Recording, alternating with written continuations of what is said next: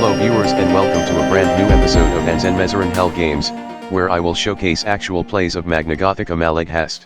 In this episode, Gargamox vs Deadsouls, with Umbral Reaver as Gargamox and my boy 000 as Deadsouls. As you have noticed, we will be doing things differently here as I will only be a commenter of the following fight. Also, this will be done on Tabletop Simulator, a virtual 3D tabletop simulator. This Maleghast table map is created by Yule, which provides just about any necessities you need to play Maleghast with, except for the actual book itself for obvious reasons. The map itself is also created by Bullfrog, who just decided to make it because he has free time and he made this. This is one hell of a ghastly, moody, map, looking ethereal with the mist and souls coming out of the pentagram. Anyway, here's how it works. Both sides get to have an elevated platform on their starting locations with stairs leading down to the other sides. The only covers available are these walls and elevated platforms, so the middle of the map itself is quite open. Also the pentagrams are adverse terrain, so try not to step on them. This means that the starting zones for both sides are both a good defensive position, and a trap, because with the walls in the way, it could potentially get messy if something managed to block access to the rest of the map, which you will see in this episode. Also, Maxwell is here, say hi to Maxwell. Anyway, let's talk about the black masses.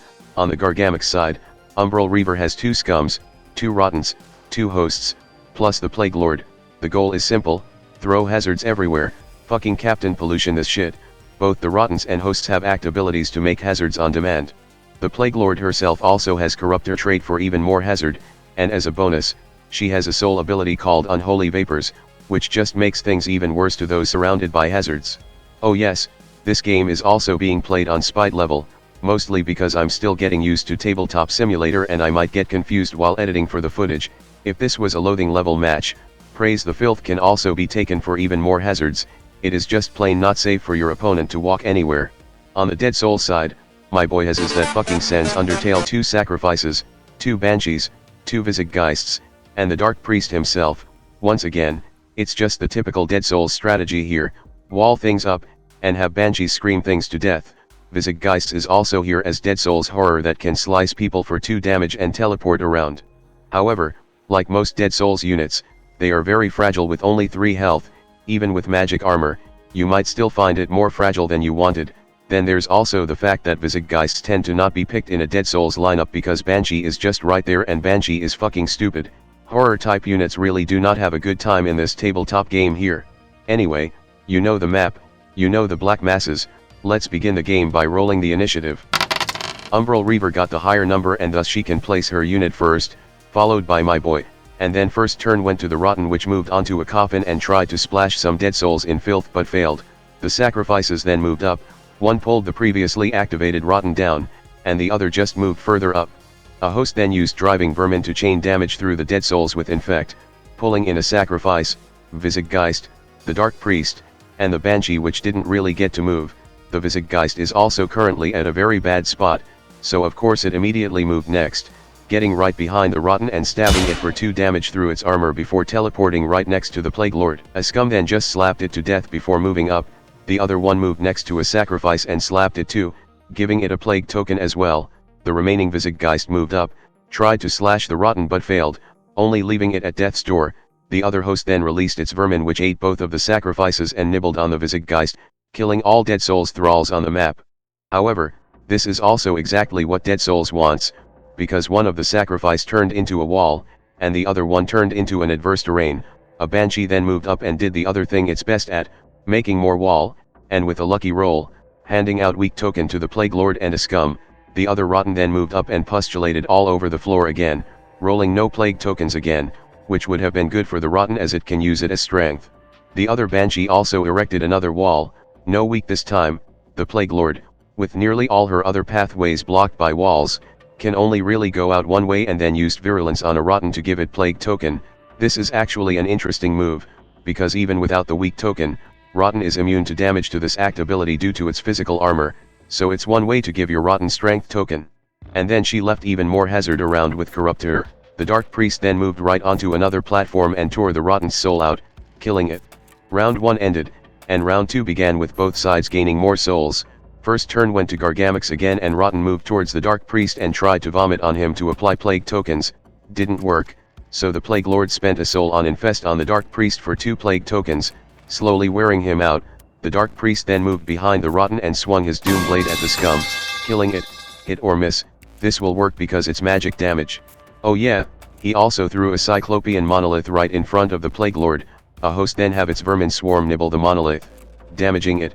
Before the Banshee start its turn, another goddamn monolith got put down besides the Rotten. It's happening again. And then the Banshee screamed through it, severely wounding the Rotten and gaining 2 strength tokens in the process. The Plague Lord then finally smacked down the wall and moved into the middle of the field, but then the remaining Visaggeist stabbed the Rotten to death and then another monolith popped up, separating the Plague Lord from the rest of her unit and also giving both hosts weak token. This is most definitely a 200 IQ move. The remaining host then moved to the other side of the map and tried to have its vermins bite a tombstone, but with weak token, these mices can't chew anything. With another soul spent, the Dark Priest used Twist Sinews to pull the Plague Lord besides a wall, right before a Banshee moved down and screamed at her, gaining 2 strength but also reduced to 1 health from walking over hazard. The last scum then tried to beat down a tombstone. Round 2 ended, and round 3 began with both sides gaining more souls, and the Plague Lord is currently kinda screwed, because the scum moved last. It's now the Deadsouls' turn, and very obviously, the Banshee will be moving first. Both have 2 strength tokens and therefore, can deal 4 damage each to the Plague Lord, and guess what, the Plague Lord has exactly 8 health. Using every ounce of her gelatinous brain, the Plague Lord concocted a solution: just run the hell away with slime form, towards the enemy. The Plague Lord splatooned her way through a wall and after finished moving, pulled the Banshee towards her, and because this is at turn start, the Banshee, which is at 1 health, immediately died. 300 IQ move right here. However, this also expended practically all of the Plague Lord's soul supply, so the situation is still not great. Since it's now Gargamox's turn, the Plague Lord just moved, left another hazard, and used Virulence on the Dark Priest, which only glazed for 1 damage.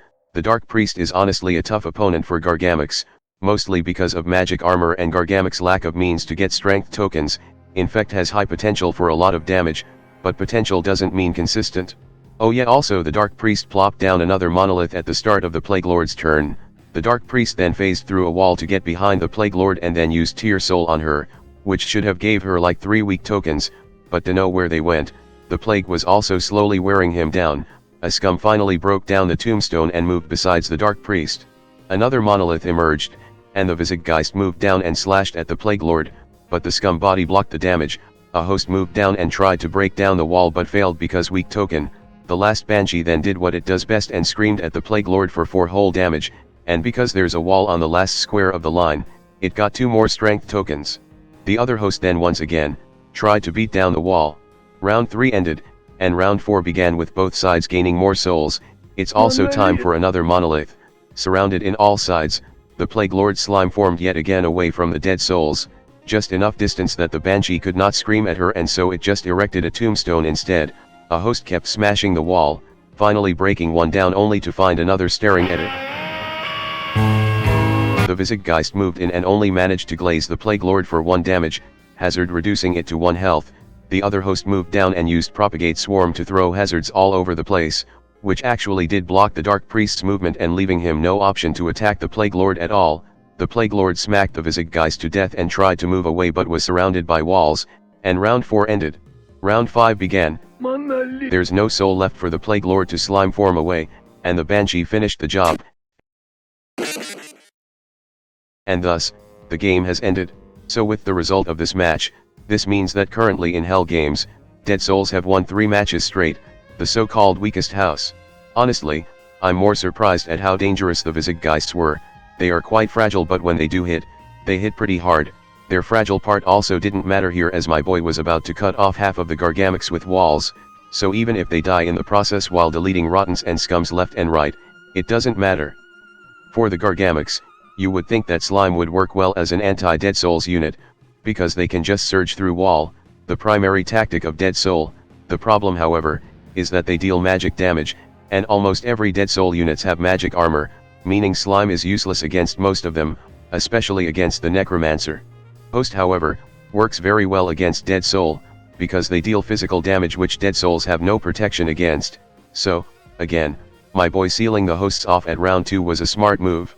It's easy to instinctively keep your hunter units behind your other units because you expect that because long-ranged unit doesn't need to get closer to attack, it therefore doesn't need to move. This is probably not a good idea against Deadsouls, which can just wall things up, so you need to keep them moving. Anyway, that's all I could talk about on this match. Being able to see Maleghast on Tabletop Simulator in action for the first time was quite interesting. It really does feel like I'm actually sitting at a table instead of just looking at a flat screen. Also, I can actually fuck around with things while the physic engine is being a physic engine. I might just keep making new episodes of Hell Games with TTS. Anyway, that's all for now, and I will see you all next time. Hello there, if you like this video, please subscribe to my channel and click that notification bell button. If you really want to support my channel, you could visit my Patreon page, or buy me some coffee, links in the description. Anyway, have a nice day.